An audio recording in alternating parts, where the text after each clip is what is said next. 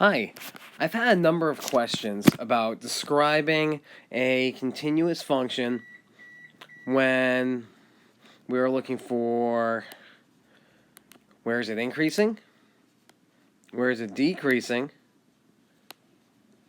and where is it constant. And a number of people have come up to me because they've had trouble explaining it using interval notation. So I figured tonight would be a good opportunity to use an example here so you guys can get the idea of what we're looking for when we're asking for these things. Alright, so first of all, we want to describe where this function is increasing. We're going to start with increasing. So in order to do that, I got to look at my function here and see where is my line going upwards. Now I get a segment going upwards right here.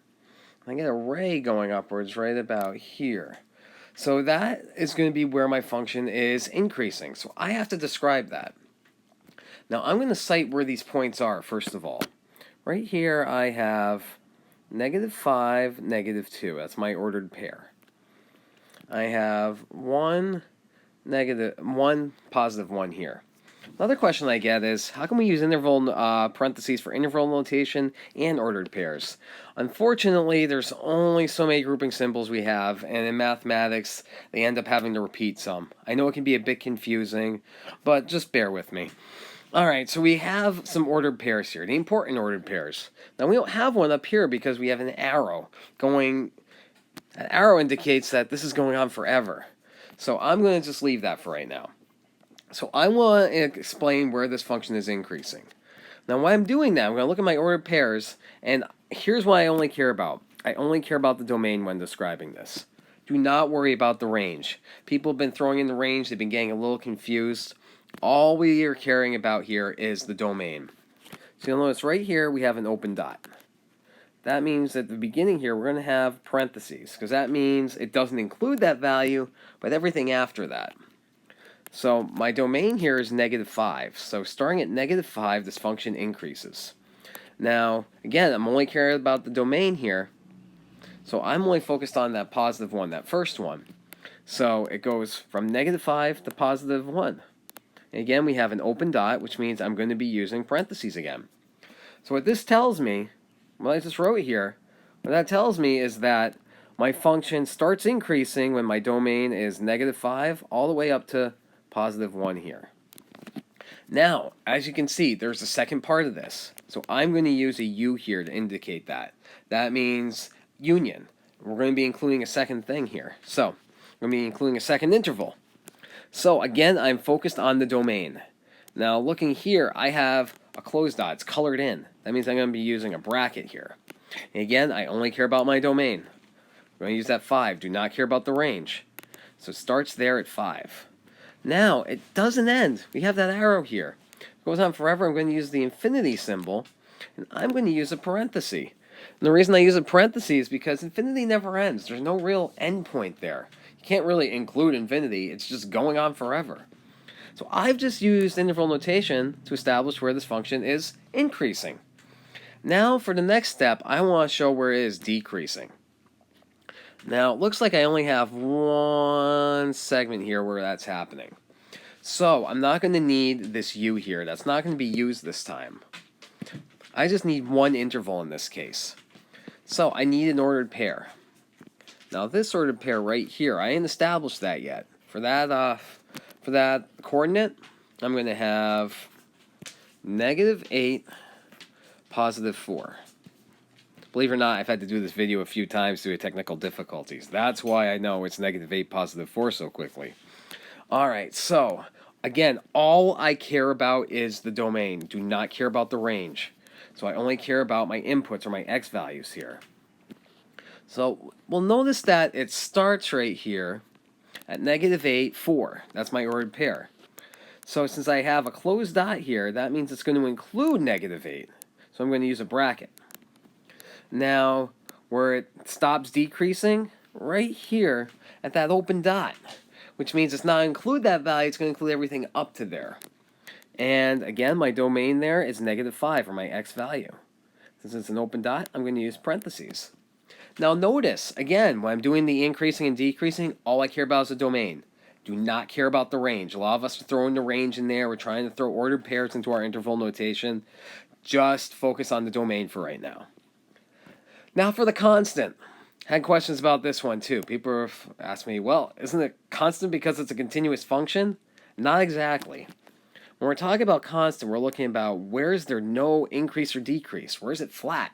And I just showed you there using the brown highlighter.